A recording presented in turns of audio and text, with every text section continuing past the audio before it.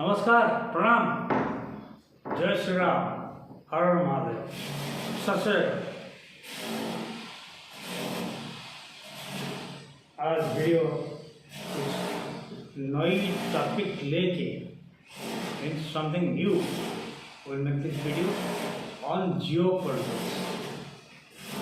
इससे पहले मैं आपको रिक्वेस्ट करता हूँ कि मेरा वीडियो को सब्सक्राइब कीजिए और जो लोग सब्सक्राइब कर रखे हैं वो ये मेरा वीडियो को पूरा लास्ट तक देखिए और ज़्यादा से ज़्यादा शेयर कीजिए ताकि अपना व्यूअरशिप बढ़े।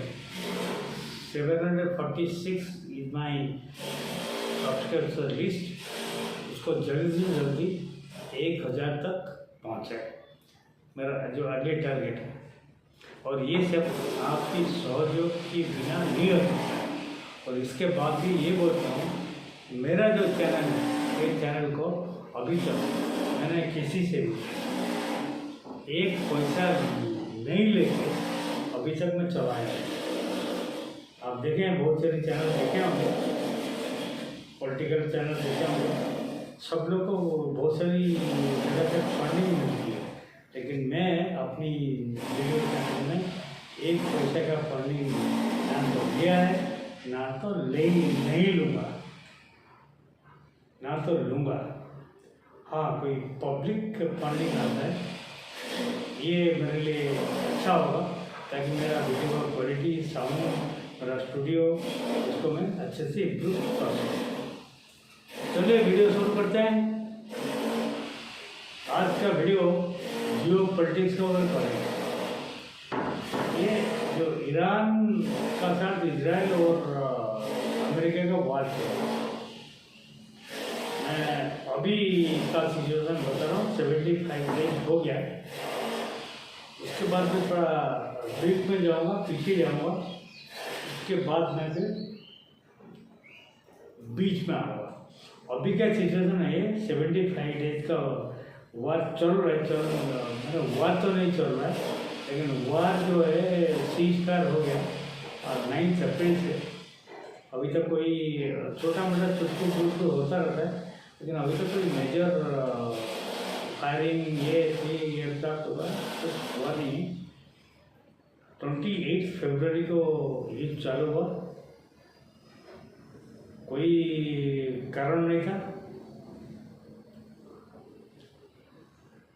बैकग्राउंड हो रहा है, ये जो ट्रम्प है ये इसका जो मनमानी बदमाशी है, ये बदमाशी की वजह से ये वार शुरू हुआ। ये वार की कोई ज़रूरत ही नहीं, कोई ज़रूरत नहीं। ये सिर्फ हम नहीं, अमेरिका का सीनेट, अमेरिका का जो जनता वो मानते हैं। अमेरिका के प्रेसिडेंट का पास एक राइट होता है, अधिकार होता है कि ये जो है युद्ध के लिए अपने डिक्लेयर करके 7 में उन्होंने अपना सीनेट का जो कांग्रेस का उनको प्रपोजल को मंजूर करना चाहिए एक्सपेंडिचर का। अभी जो है ये अमेरिका का जो है ये 25 to 50 बिलियन डॉलर खर्चा हो चुका है एक्सपेंडिचर बाय लॉस वाटर, वो हम डिस्कस करेंगे सेकेंड पेज में। और सीनेट अभी बोल रहे हैं कि अभी नेक्स्ट वार को चलाने के लिए हम और कोई पैसा नहीं देंगे। इनका जो कहना है, इनको कहना है कि हमने तो वार 60 डेज नहीं चला है, 9 अप्रैल को हमने सीज फायर डिक्लेयर किया। हम लोग जो नेवल ब्लॉकआउट कर रहे हैं, ये तो नेवी का जो नॉर्मल प्रैक्टिस ये खर्चा है। हम तो वार तो नहीं किए, हमको इतना दिन का और वार का जो करना है उसका पैसा हमको चाहिए। सीनेट कांग्रेस जो है उनका ये में, और पब्लिक भी सड़क पे है, क्योंकि पब्लिक जो गैस का जो ये है सब 1.8 डॉलर पर गैलन था, अभी अराउंड 4.7 तक बढ़ गया है। तो पब्लिक भी सड़क पे सब चीज़ का रेट बढ़ रहा है, ये पागल की वजह से। ओके, सब बैकग्राउंड पे आता है। बैरक ओबामा जब प्रेसिडेंट थे, उन्होंने इससे पहले ईरान का वो जो साहब पहलवी जब छोड़ के गए थे, और मैं बता रहा हूँ निक्सन है, इससे पहले बोल रहा हूँ, हाँ उनके टाइम से कैनेडी नहीं, निक कैटर उनके टाइम से ये जो अमेरिका पर सैंक्शन लगा हुआ है, अमेरिका का सैंक्शन जो लगा हुआ है ईरान के ऊपर, बराक ओबामा टाइम में उन्होंने आया बोला कि एक्शन न्यूक्लियर डील किए, तो ठीक है हमने तुम्हारा सैंक्शन को पूरा तो नहीं हटा, कुछ हटा देंगे, लेकिन तुम न्यूक्लियर का जो इन्वेस्टमेंट जो है वो 5% से ऊपर नहीं करो 20%। ईरान एग्री हो गया। इसके बदले में ईरान बोला कि हमारा जो एसेट अपने फ्रीज कर रखे हैं उसको ऊपर को सैंक्शन हटा दो, ताकि हम खुले ये में बाजार में हम डील कर सके। ये ओबामा का साथ में सही हो गया था, अच्छे डील टाइम हो गया, चलो ना उन्होंने कुछ सैंक्शन हटा भी दिया। इसके बाद ट्रम्प जी आए, ओबामा का तो ट्रम्प है ना फर्स्ट टर्म में, उन्होंने वो बोला कि ओबामा डील विल कैंसल, हम उसको नई सिरे से हम डीलिंग शुरू करेंगे, नई सिरे से। मीन्स ओबामा का जो क्रेडिट है उसको बोले ट्रम्प नहीं, वो नहीं है क्रेडिट हम लेंगे। तो फर्स्ट टर्म से उन्होंने फिर उसको कैंसिल कर दिया, सारे सैंक्शन फिर लगा दिए। ठीक, ईरान का जब सैंक्शन लगता है तो क्या होता है, जो भी कंट्री का सैंक्शन लगता है ना, कंट्री एक आइसोलेटेड कंट्री हो, इसका मतलब है उसका अंदर आसानी से घुसना, आसानी से निकलना मुश्किल होता है। सैंक्शन कंट्री है, ये बोलेगा तो जाएगा, ये सैंक्शन ये नहीं जा पाएगा, बहुत सारे रेस्ट्रिक्शन लग जाता है। तो इसलिए वो जो कंट्री जो सैंक्शन लगता है, इतना ज़्यादा सैंक्शन लगता है तो ये देश विदेश से कट हो जाता है। जब कट हो जाता है तो ये अपना मन मर्जी से जो काम करता है ना, उसको देश विदेश को पता नहीं चलता है। ठीक, अभी यहाँ पर शुरू करते हैं। अराउंड 28 फरवरी में शुरू हुआ युद्ध, जो अमेरिका इजराइल मिलके ईरान का साथ शुरू हुआ।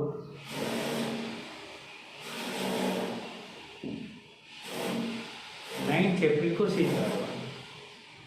उसके बाद अभी भी सीजफायर चल रहा है, लेकिन इकोनॉमिक ब्लॉकआउट चल रहा है। ठीक है, अमेरिका सैंक्शन लगा रहा है कि ईरान को तेल खरीदेगा, ईरान को कोई भेजेगा दिए से, उसको कुछ पूछता नहीं। ठीक है, सेक्टर हॉर्मुज़ में ब्लॉकेड है, अमेरिका उधर ओमान के नीचे जो उसको ब्लॉकेड कर रखा है, अगर ईरान से कोई निकलेगा तो उसकी ब्लॉकेड से निकलेगा। तो अगर कोई चोरी छुप के ट्रांसपोंडर ऑफ करके निकल जाता है, कोई पकड़े जाते हैं, तो जब पकड़े जाते हैं अमेरिका नेवी उसको अटैक करता है और उसको सीज कर देता है। सीज करने का उसको तो डुबा तो नहीं देता ना, सीज करके उनका एक मैरिटाइम में एक प्रोसीजर है, उसको एक जगह में एंकरिंग कर देते हैं, मतलब यहाँ से हिलना नहीं, तुम्हारा खाना पीना सब कुछ बंदोबस्त हम कर देंगे। ये मैरिटाइम का लॉ है, रूल्स ऑफ एंगेजमेंट जो कहते हैं। और अगर कोई जहाज कोई नहीं माना तो इनका जो टारगेट, मतलब जहाज को डिस्ट्रॉय करना नहीं रहता है। एक्चुअली मैरीटाइम रेगुलेशन में मतलब उनका रडर मीन्स जो जहाज को डायरेक्शन है, रडर जो मतलब स्टीयरिंग को घुमाता है, उसको डिस्ट्रॉय कर देते हैं। उसके बाद जो ईरान हो, तो अमेरिका हो, तो इंडिया हो, तो ऑस्ट्रेलिया, जो रूल्स ऑफ एंगेजमेंट है उसमें वो लोग बोर्डिंग कर देते हैं। एक बोर्डिंग पार्टी होता है, बोर्डिंग करते हैं, उसको अपनी कंट्रोल में रहते हैं और डिक्लेयर करते हैं ये इसको हमने सीज कर लिया है, और उसको टो करके लेके एक एंकरेज में डाल देते हैं।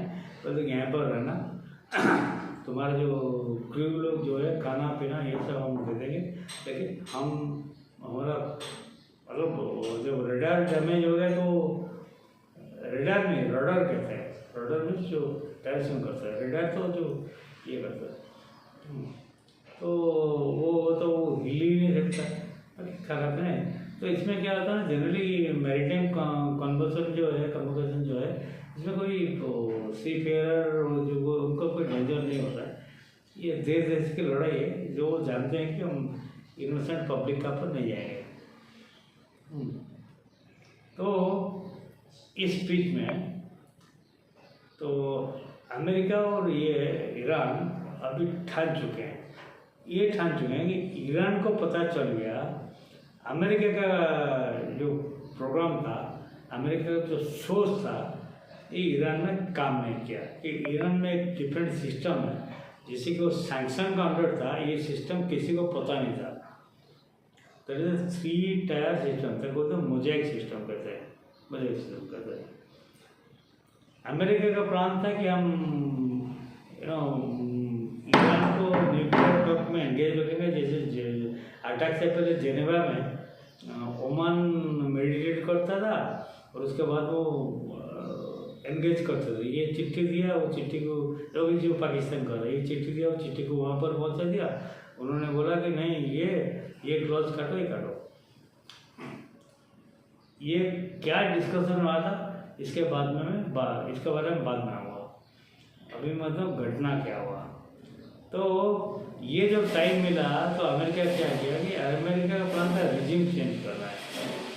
76 में जब रजा पहलवी जो ईरान छोड़ के भागे थे, इस्लामिक रिवोल्यूशन हुआ था, वो तो मर गया, उनका बेटा भी अमेरिका में है। उन्होंने सोचा कि अगर जैसे कि श्रीलंका में हुआ, बांग्लादेश में हुआ, नेपाल में हुआ, अगर अपटाइमिंग होगा तो ये पब्लिक ही उनको हटा देंगे सत्ता से। तो उन्होंने पैसा खर्चा करके वहाँ पर 3 महीने तक ऐसे काफ़ी ड्रामेटिक सेम जो बांग्लादेश वगैरह में हुआ है ऐसे ही क्रिएट करने की कोशिश की, लेकिन ईरान गवर्नमेंट ने स्ट्रॉन्ग हैंड ऐसे मार मार के बांग्लादेश दबा दिया। तो ये अमेरिका का प्लान फेल हो गया। उनका जो CIA, उनका जो सीक्रेट एजेंसी, जितना पैसा वगैरह बर्बाद हो गया। तो उन्होंने बोला कि ठीक है, हम अगर हम डायरेक्ट अटैक वगैरह करते हैं शायद कुछ पब्लिक बाहर निकल कर आएंगे। तो उन्होंने 28 फरवरी को अटैक कर दिया, जब वहाँ पर जेनेवा में ओमान मेडिटेट में डिपोजमेंट के काम में बहाना था, न्यूक्लियर का बहाना था। ईरान का पास न्यूक्लियर मटेरियल जो है 60% एंट्री यूरेनियम है, जो अगर और थोड़ा सा किया जाए तो ये U-235 अगर बन गया, आइसोटोप बन गया यूरेनियम का, तो ये परमाणु बम बना सकता है। ईरान का कहना है कि हमको परमाणु बम होने का जरूरत नहीं है, हम 70-80% तो गए हैं, हमको सिर्फ U-238, U-239 जो आइसोटोप है उसमें हम क्या करेंगे, अपना एनर्जी सप्लाई को ये करेंगे। तो सारा जो भी एटॉमिक एनर्जी यूज करते हैं, ये 2 आइसोटोप यूज करके वो करते हैं। तो उन्होंने बोला कि नहीं, हमारा जो we have right atomic explosion whatever, क्योंकि ये बैरक ओबामा का टाइम में जो साइन हुआ था ट्रीटी, बोला कि नहीं हम 5% पर ईयर करेंगे, लेकिन हम तो ओनली पावर कंजम्पशन करेंगे। उसको ट्रम्प ने पहले टर्म में तोड़ दिया था। इसके बाद तो ट्रम्प ने प्लान किया कि अगर रिजीम चेंज हो गया करेगा तो ईरान का जो तेल है ये मेरा कब्जे में आ जाएगा। वेनेजुएला का जो तेल उसका कब्जे में आ गया, बहुत आसानी से आ गया। लेकिन ईरान में ये यही सोचा था कि ये भी हो सकता है, लेकिन Iran was a different material. तो उन्होंने शुरू कर दिया। मैं एक लिस्ट बताता हूँ एक्चुअली लॉस अमेरिका को क्या हुआ, ईरान को क्या हुआ। एक्चुअली जियोपॉलिटिक्स बोलो तो इसको मैं टोटली ये जो 70 दिन के वार में सर मीन्स 9 अप्रैल के बाद तो ब्लॉकआउट चल रहा है। इसके बारे में एक डिस्कशन करेंगे। एक्चुअली लॉस किसको ज़्यादा हुआ, इंफ्रास्ट्रक्चर लॉस जो है ईरान को बहुत ज़्यादा हुआ, बहुत ज़्यादा हुआ।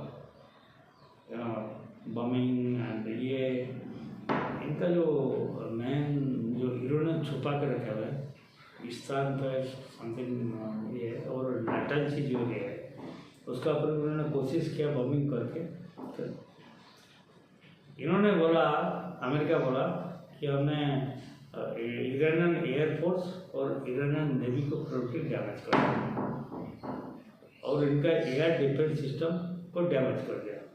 लेकिन प्रैक्टिकली ईरान के पास ना तो कोई प्रॉपर नेवी था, ना तो कोई प्रॉपर एयरफोर्स था, ना तो कोई प्रॉपर एयर डिफेंस सिस्टम था, कुछ नहीं था उनका पास, कुछ नहीं था।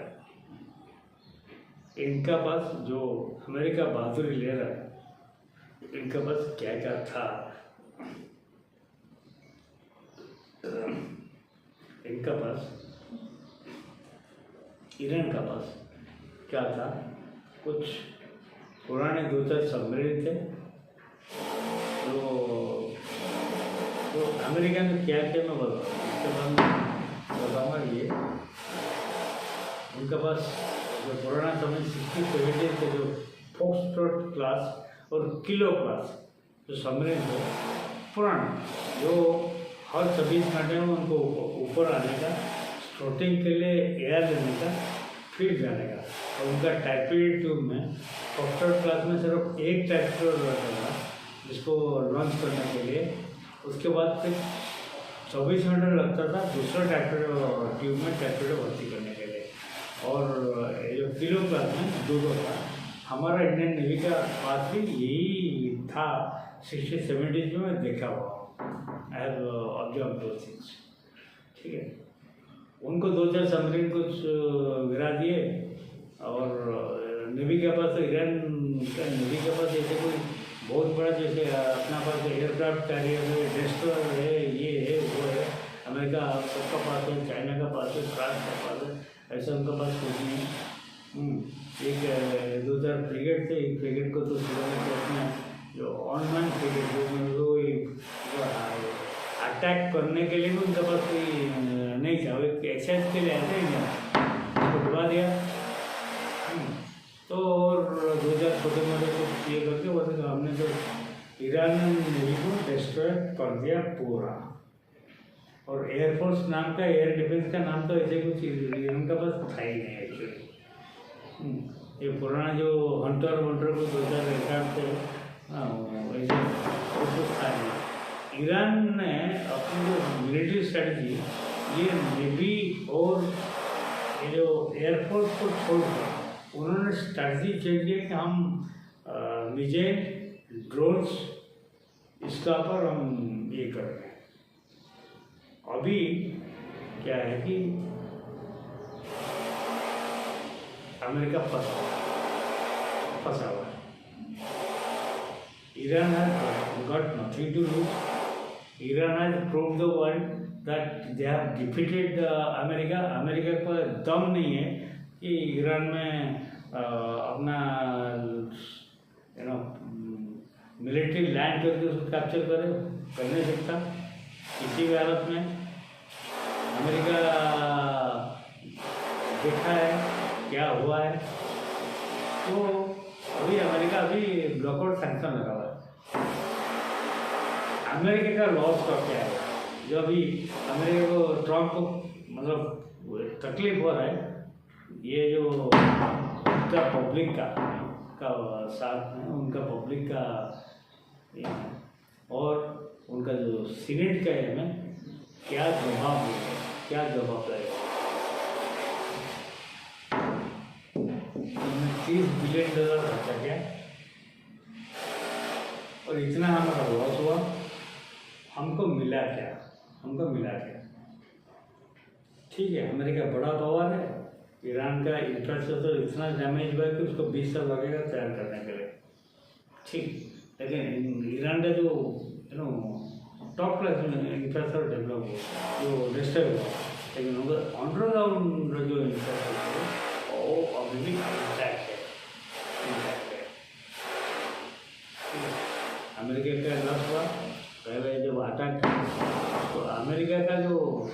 बेसिकली मैं तो सोच रहा था कि ईरान का आजू बाजू मेरा फेस है। उनका जो कतार में रहता सेंट्रल कमांड है, कतार सेंट्रल कमांड है, दुबई में उनका बेस है, उनका एयरक्राफ्ट का बेस है, बहरीन में है, ओमान में है, कतार में है, कुवैत में, सब जगह है।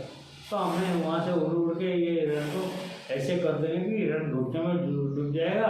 बोलेगा भैया माफ़ करो। उनका टॉप क्लास लीडरशिप को एक दिन में उड़ा दिया उन्होंने। 42 टॉप क्लास मिलिट्री और फॉरेन अफेयर्स और जो एडमिनिस्ट्रेटिव सबको उड़ा दिया। बोले कि ये अभी क्रम्बल हो गया। लेकिन इनका जो सिस्टम है एक्चुअली, इसको अमेरिका को समझ में नहीं आया। इनका सिस्टम ये है कि इनका जो पार्लियामेंट जो अभी एजेंस की जो प्रेसिडेंट है, और इनका एक सिस्टम है जो जुडिशरी है, एक इंडिपेंडेंट सिस्टम है, और उनको कंट्रोल करते हैं धार्मिक संगठन जो आयतुल्ला खमेनी से अब इनका बेटा मोहताज खमेनी लीड कर रहे हैं। इनका सिस्टम ये है कि जो पार्लियामेंट में जाएगा, जो पार्लियामेंट में फॉर्म भरेंगे कि मैं ये करूं, इनको स्क्रूटिनी करेंगे ये दोनों सिस्टम। ये स्क्रूटिनी करने का उसको अलाउ होगा पार्लियामेंट में, वो फाइट कर सके। कौन जीतेगा किसको पता नहीं। इसके बाद प्रेसिडेंट जो इलेक्ट होगा वो आयतुल्ला खमेनी ही साइन कर सकते। हाँ ठीक है, जो धार्मिक गुरु कहते थे, ठीक है।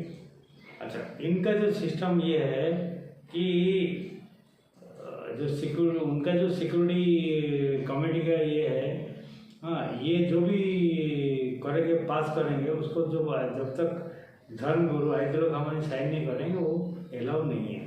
तो इसका मतलब जो ईरान के जो पार्लियामेंट का पास ज़्यादा पावर नहीं है, they have to go as per this. अच्छा, उनमें सिस्टम जो डिफेंस सिस्टम है, ईरान का पास अपनी आर्मी है, सब कुछ नॉर्मल जैसा है। साथ में आयतुल्ला खमेनी ने उन्होंने क्या कहा था कि इस्लामिक रिवोल्यूशन गार्ड बोल के एक प्राइवेट आर्मी तैयार किए थे, अराउंड 1.5 लाख का आर्मी, जो कट्टर से वो ये ईरान का जो ओरिजिनल आर्मी जो है ना, इनका अंडर में काम करते थे। ईरान का जो आर्मी चीफ का कोई नहीं है, उसका कोई चलता नहीं था। जो IRGC का जो चीफ है, इसका चलता था। तीसरी बात है, उन्होंने घर घर में एक वॉलंटरी फोर्स, अराउंड 3.5 लाख का वॉलंटरी फोर्स तैयार किए थे कि अगर लड़ाई होगा तो तुम लोग आके लड़ोगे। उनको ट्रेंड किया हुआ था, IRGC ट्रेंड कर रखा था। तो इनका पास, ईरान का पास ग्राउंड में अगर कोई घुसेगा तो ईरान को खदेड़ देगा। ये चीज़ ईरान सीखा है जब 8 साल का इराक वार, जब सद्दाम हुसैन ने उनको अटैक किया था, 8 साल चला था। इससे उन्होंने जो लेसन लिया था, उन्होंने अपनी कमांड को स्ट्रक्चर करते हुए, मिलिट्री स्टडीज में अगर कोई कभी पेपर लिखा जाता है तो ये चीज़ होना चाहिए, उनका कमांड एंड कंट्रोल स्ट्रक्चर, जिसको अमेरिका अभी तक डिस्ट्रक्ट क्यों नहीं कर पाया। ईरान का 31 प्रोविंसेस है, 31 डिस्ट्रिक्ट जो कहते हैं। उनका जो डिस्ट्रिक्ट का जो चीफ है, उसके पास पूरा अथॉरिटी है। अगर यहाँ पर ईरान का जो central chief of army staff मारा जाता है, उसके नीचे डिप्यूटी मारा जाता है, फिर भी उनके पास क्या है, जो अपने एसेट, इतना मिसाइल्स, इतना ड्रोन्स, ये टाइप का तुमको दे दिया गया है। ये एरिया जो है तुम देखो, ऊपर से ऑर्डर आने का इंतजार मत करो, जो तुम्हारा दिल में आया वो करो। That means decentralize of the command structure. ये ईरान ने फॉलो किया था 31 प्रोविंस। इसी के लिए अमेरिका को समझ में आया कि अमेरिका अगर उसका मिलिट्री का 2-4 कमांडो को मार दे, फिर भी ईरान कैसे युद्ध लड़ रहा है। बहुत अच्छे तरीके से ईरान ने अपनी जो डिफेंस का जो सिस्टम मतलब कमांड सिस्टम तैयार किया है। अगर एक सेंट्रल कमांड में, एक डिस्ट्रिक्ट कमांड में एक कर्नल जो हेड करता है अगर मर जाता है, लास्ट में लेफ्टिनेंट रहता है ना, उसके पास ऑटोमेटिक कमांड ट्रांसफर हो जाता है। वो ईरान का जो ये मैं तेहरान में पूछता नहीं मैं क्या करूँ, उसको पता है मेरे पास इतना मिसाइल है, इतना ये है, उसको मैं ये एरिया को मैं कर रहा बस डिसेंट्रलाइज। इसको कहते हैं मोसैक सिस्टम। ठीक है, ये अमेरिका को पता नहीं था ना, तो इजराइल का पता था। तो जब इन्होंने शुरू कर दिया तो सोचे कि ऐसे होगा तो हम ऐसे कर देंगे। ठीक है, तो अमेरिका का लॉस का ऊपर आता है। ईरान कैसे उनको लॉस में डाला, कैसे किया, उसके बारे में नेक्स्ट स्टेज में आएंगे। अमेरिका का लॉस हुआ, युद्ध शुरू हुआ, उनका सेंट्रल कमांड में सेटकॉम है जो कुवैत में है, कतार में है, उनका एक ऐसा रडार सिस्टम था अराउंड $1.1 बिलियन का, जो अराउंड 5000 माइल्स कवर करके 20 पिन प्रिंट प्रेसिशन देता था कि यहाँ से उड़ा, यहाँ से कोई एयरक्राफ्ट उड़ा, क्या कर। इन्होंने पहले कतार का सेंटकम का उसको उड़ा दिया। उसके बाद इनका जो बेस था दुबई में, यूएई में, अबुधाबी में, बहरीन में वैसे वे 5th फ्लीट का मिलिट्री कमांड का जो था बहरीन में, कुवैत इनका मिलिट्री बेस, इन्होंने साइमल्टेनियसली उनको अटैक कर दिया। कुवैत में उनका 3 F-16 विमान को उड़ाया जाए, जो कोई बाद में अमेरिका बोला कि वो फ्रेंडली फाइट में हो गया, बकवास है। ठीक है, वो सिस्टम उड़ाया। दो उनका जो अमेरिका का तो थर्ड सिस्टम है, थर्ड मिसाइल डिफेंस सिस्टम है, उसको उड़ाया। और थर्ड सिस्टम जो है बहुत that is very advance, 48 anti missile defence जो फायर कर सकता था। उसके बाद कुछ पेट्रियट ये जो 24 मिसाइल एक साथ फायर करते थे सिस्टम, सबको गल्फ में, आप दुबई से लेके ए से लेके बहरीन तक, ओमान तक, जहाँ भी अमेरिका का बेस जो ये था उसको स्वाह कर दिया।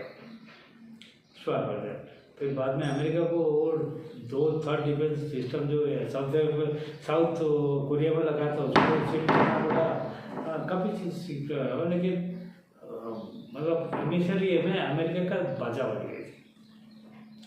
F-35 जो एयरक्राफ्ट है, जो अमेरिका बोलता है कि दुनिया का सबसे एडवांस एयरक्राफ्ट है, बम्बर है, उसका भी ईरान ने 2 का बचा बजाया। एक को डिस्ट्रॉय कर दिया, एक को ऐसे क्रिपल किया कि अभी वो पड़ा हुआ है, जो रिपेयरिंग स्टेज में पड़ा हुआ है, वेल्डिंग उसका ऊपर वेल्डिंग पैचिंग ये सब चल रहा है।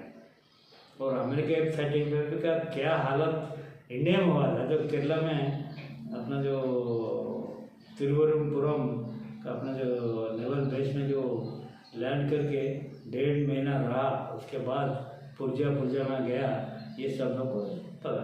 तो अमेरिका का जो F-35 का जो ये है, F-16 वो सब पता। F-15 तो अभी उन्होंने ये 1 महीना पहले ही F-15 ईगल, हाँ, उनको लेजर गाइडेड ये से उनको कर दिया, डुबा दिया, मार दिया। उसके बाद उनका अमेरिका 29 करीब एयरक्राफ्ट हेलीकॉप्टर लॉस हुआ है।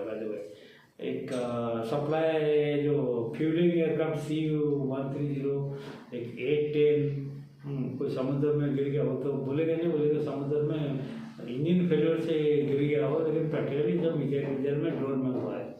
अमेरिका मानेगा नहीं, लॉस काफ़ी हुआ है एक्चुअली। और अमेरिका का पूरा किरकिरी हो रही है दुनिया में। अमेरिका का भी हिम्मत नहीं हो रहा है कि वो अपने जो बच्चों से दिखा रहा है। अब्राहम लिंकन जो एयरक्राफ्ट कैरियर बैटलफील्ड को खड़ा कर दिया हॉर्मुज़ के बाजू में उन्होंने ऐसे मारा कि मतलब ड्रोन बोन जो हिट हुआ तो उन्होंने फिर पीछे हटना शुरू कर दिया। काफ़ी उनको डैमेज हुआ, उसको रिपेयर करा। उनका एक एयरक्राफ्ट कैरियर का जो प्लेन था गेराल्ड फोर्ड, हाँ, उसको उन्होंने ऐसे मारा कि वो जगह ग्रीस में घुस गया, रिपेयरिंग कर लिए। और उसके बाद एक त्रिपोली बोल के और एक कुछ दो लैंडिंग एयरक्राफ्ट कैरियर में हेलो कैरियर और लैंड कर सकते हैं। मेरीन कमांडो एयर कमांडो वगैरह लेके पेट्रोलिंग कर रहे हैं। और सुना है कि वो उनका जो और एक जॉर्ज वाशिंगटन जो जहाज है वो भी डिगो ग्लेशियर में पहुंच गया है। और यूएस का भी एक एयरक्राफ्ट कैरियर फ्लीट पहुंच रहा है, फ्रेंच की भी पहुंच रहा है, क्योंकि ईरान ने भी काफ़ी गलती की है। उन्होंने एक दो फ्रेंच जहाज को भी चंदा मंदा नहीं दिया, और स्ट्रीट में जो चंदा लगा दिया उन्होंने, जो टोल गेट लगा दिए नहीं दिए, तो उसका पर उन्होंने होता विजय मार दिए। तो फ्रेंच जो ईरान का सपोर्ट में था वो थोड़ा अभी इग्नेस्ट हो गया। यूके भी ईरान का सपोर्ट में अभी थोड़ा हो गया, करना उसका भी कुछ ईरान ने कुछ बदमाशी कर दिए हैं। और ईरान में प्रॉब्लम क्या है कि ईरान में एक्चुअली जो कमांड का स्ट्रक्चर में फाइट है। ईरान में अभी जो IRC जो इनका जो गार्ड है ना, ये पूरा कमांड से अलग है। तो इसका मतलब जो बात कर रहे हैं, जो उनका अग्राची और जो प्रेसिडेंट पेजेनेस्की और गैलीबाफ जो ये उनका पार्लियामेंट का स्पीकर है, तो बेसिकली ये तीन ही नेगोशिएशन है, लेकिन इनका नेगोशिएशन को IRC एक्सेप्ट नहीं कर रहा है, क्योंकि IRC पूरा लड़ने के मोड में है। वो कॉन्फिडेंट है कि लड़ने से उनको फायदा होगा। टोटली इनका आजू बाजू जितना अमेरिकन बेस वो हट जाएगा, और हॉर्मुज़ का ऊपर इनका टोटली कंट्रोल अभी भी और टोटली कंट्रोल बरकरार रहेगा। तो ये इसलिए जो पीस प्रपोजल जो है वो आगे नहीं बढ़ पा रहा है, इसके लिए ये। लेकिन भारत के लिए काफ़ी प्रॉब्लम है। अभी दूसरा ठीक है, अमेरिका का काफ़ी लॉस हुआ है। ठीक है, America fail to assess the internal defence of Iran का काफ़ी लॉस हुआ है। लेकिन ईरान का जो एडवांटेज है, जो साइड है, वो ये है कि ईरान अपनी जो ड्रोन्स बना रहा है उसको कहते हैं शहीद ड्रोन। ये जो मोटरसाइकिल इंजन डाल के आगे एक वारहेड बनाते हैं, एक छोटा सा जीपे लगाते हैं। ठीक है, एक साथ 100-200 छोड़ देते हैं। इनकी कीमत क्या है? 50-60 हज़ार रुपया, मतलब इंडियन के बात बता रहा हूँ, या 50-60 लाख रुपया हो इंडियन के करेंसी में। जब 100-200 जाता है उसका पर हमें क्या करता है, 2 करोड़ का एक पेट्रोल मिसाइल और हाथ से जो सिस्टम टॉम हॉक वगैरह छोड़ता है। 2 करोड़ 50 लाख $50,000। तो 100 गया, ये कितना कोई ना कोई तो गिर जाएगा और छोटा सा घुसकी कर देगा, तो कुछ ना कुछ लॉस होता है। टेक्नोलॉजी वर्सेस इकोनॉमी, हमें तो टेक्नोलॉजी है, लेकिन इकोनॉमी में ये लोग स्मार्ट है ना। दूसरी बात है, इनका जो ड्रोन मिसाइल करता था, लेकिन वह हाइपरसोनिक मिसाइल का गया अमेरिका पास, ईरान का पास क्रूज मिसाइल भी है, हाँ, सबमरीन मिसाइल भी। ये सब चाइना और रशिया टेक्नोलॉजी में डेवलप किए वहाँ, उनके पास है, स्टॉक में है, काफ़ी एग्जिस्ट कर चुके हैं, लेकिन बहुत सारे स्टॉक में सब अंडरग्राउंड स्टॉक में है। निकालेगा तो उड़ा देंगे सबको, अमेरिका को।